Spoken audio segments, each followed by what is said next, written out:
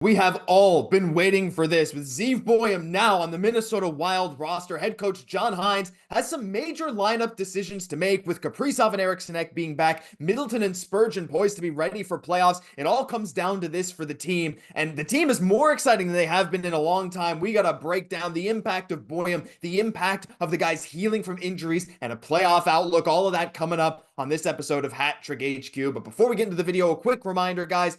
Over 90% of you are not subscribed to this channel. I know you love the Minnesota Wild or just the NHL in general, and if you do and you want daily videos on all your favorite storylines across the sport, hit the free subscribe button down below. Mark, we got a lot to get into. And look, we all know Zeev Buium, he got signed by the Minnesota Wild after losing out in a game where he played 51 minutes. He is now with Minnesota. Now, we're not just going to be here, oh, look, what is Zeev Buium? Because look, we know what happened. We know he signed. But Mark, Zeev Buium makes an immediate huge impact on the Minnesota Wild. And again, we're talking about John Hynes. We're talking about the lines that are going to be changing heading into the playoffs. I mean, as of now, maybe playing with John Merrill. We know what the future probably looks like with Buium and Faber. But as of right now, I think the impact of this cannot be understated. I think Zeev Buium, again, historic production in the NCAA, like the most reliable player, the most reliable defenseman on that Denver team, probably in the whole country. You can feel free to pause and read some of his accolades here. We're not going to read through all of it, but again, led defenseman in scoring, third in assists. You know, right there, he was the All-American team, Frozen Four All-Tournament team, Hobie Baker Award nominee, all this stuff.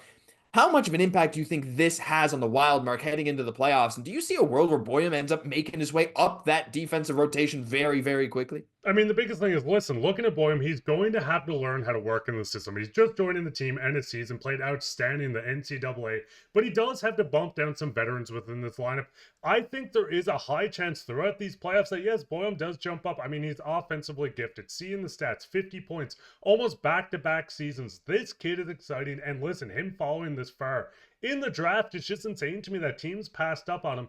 In this lineup, though, listen, we're going to talk about the players coming back within the lineup. We know how many players they have signed on defense. This is just scratching the surface right now. Jared Spurgeon is set to join back. Middleton, there's so many guys in this lineup that Boehm's going to have to knock out. But I think there is a chance that he's electric, jumps straight into this lineup, dominates, and honestly moves up. And listen, it's not only this year that we're going to have to look at. Boehm is going to be a huge piece of this team for the years to come. Yeah, for sure. And I mean, looking at who's under contract now, of course, Bogosian still has one more year after this one, but it's a small cap hit. Merrill is a UFA.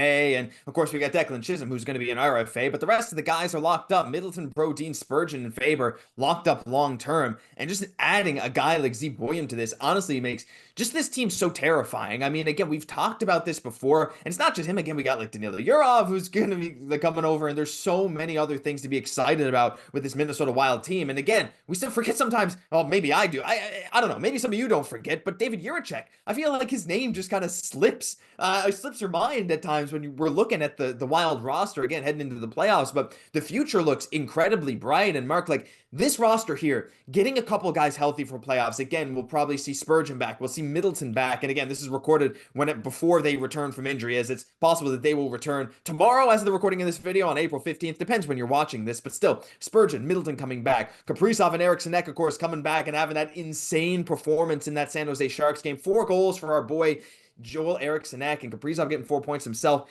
Looking into the playoffs now, do you see any major changes being made to this lineup? Again, like it depends on the guys who are healthy, but you know, one of these things too is like major changes is one thing, but also having guys all come back from injury at the same time. I know they built so much chemistry with each other over the time that they've all been there. There hasn't been a whole ton of roster turnover. Yes, some ads here and there, like Nyquist, of course, bringing in Buium now. Do you see any concerns with bringing some guys back in, injuries kind of going away, guys getting healthy right in time for playoffs? I don't think so, because listen, yes, you're going to have some chemistry changes throughout the lineup, but this is a team that's deep through all 4 lines. You're going to add veteran Spurgeon to this team. Is going to be a huge boost coming back. Middleton's going to be a massive boost as well. Buium, even if he's a 7th defenseman, you can run 7D in a game if you want to go that route. This is a team that added new faces, but like you said, Nyquist is an awesome ad. Playing on the 3rd line, these lines may change going into the next couple of games, but the biggest thing is, Josh, listen, I don't think it's going to hurt the team when you're adding such good elite talent to the roster. Buium may not fit fully going into the playoffs, but listen, even if he doesn't work out in games 1 and 2, the playoffs, hopefully Minnesota have a long run in, and if it doesn't work this year, he's poised to be a full-time player on this roster as soon as next season. And honestly, like again, looking at the roster, I know at the deadline there were some questionable things done. With that Boston trade especially. And look, we're seeing Brazo on the fourth line, but the more I look at this roster and with guys getting healthy at this time, again, a guy like Middleton, I mean, he screams playoff performer. I mean, like we know what Jacob Middleton is. He's perfect, right? Brazo, he's going to step up his game as well. And while the forward core is a little bit smaller, there's still guys like Foligno there, still a guy like Yakov Trenin. And coming in on defense, like in the playoffs, guys are going to start playing through injury, whether it's a forward or a defenseman. And again, a guy like Bogo, he's been around the block, he's getting older, and I mean, he's probably bruised up a bit. So, like you said, having that seventh defenseman, having that flexibility with a guy like Buium coming in now, I think adds a ton to this team. And I still think he's going to be right in. Like, I don't think he's going to be the seventh defenseman. It depends how the team treats him. It depends what John Hines decides to do. But like, ultimately, the talent's there. I think it's one of those cases where, like, how can you deny it? I mean, we've seen college guys come and join NHL teams and immediately be an impact for their team in the playoffs. Again, like, well, the one that I'm familiar with as well, as you guys know, I'm a Habs fan as well. And Caulfield coming into that 2021 run made a big difference. And there's a lot of other examples. So having Buium as that kind of guy is great. But Mark, like, I guess just to summarize this, looking at this playoff outlook, again, as of the recording, it's not clinched yet. Of course, 1 point from Minnesota in their last game clinches. It depends if any Calgary loss clinches. That might be decided by the time you're watching this video.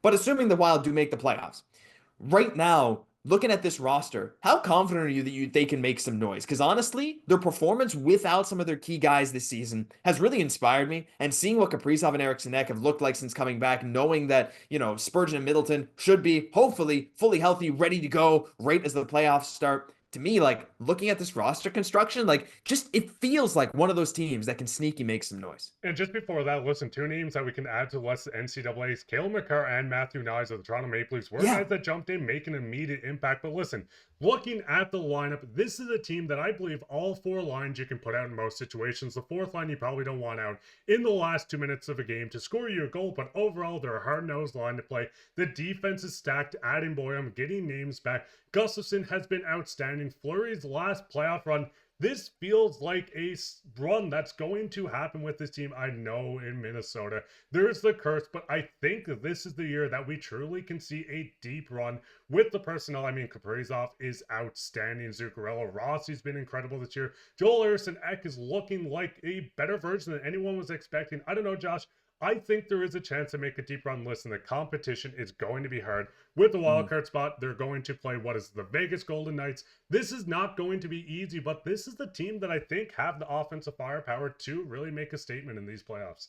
Yeah, and look, Eriksson Ek, of course, like he's not had the best season. It's a bit of a down year for him, but again, to hopefully use some of the momentum he's gaining now since coming back from injury into the playoffs could be big. I mean, you really never know. But like you said, Fleury's last playoff run, this is going to be an emotional time for the guys coming back from injury, getting that boost of a college guy, playing for Fleury just feels like one of those magic runs. But we'd love to hear what you guys have to say down below. Are you believers? Are you not believers? We've all been waiting for Buium to come join the team. We're waiting for guys to get healthy. It's finally happening, and I'm ready to see what kind of noise the Minnesota Wild can make. But that'll do it for this episode of Hat Trick HQ. If you enjoyed, leave a like, comment, but most importantly, subscribe for all the latest NHL news. Look, playoffs are coming up. The draft is coming up. Free agency. We're going to keep you up to date on all the biggest stuff on all your favorite teams. I'm Josh Gosse, my co-host, Mark Pye. We'll catch you in the next one.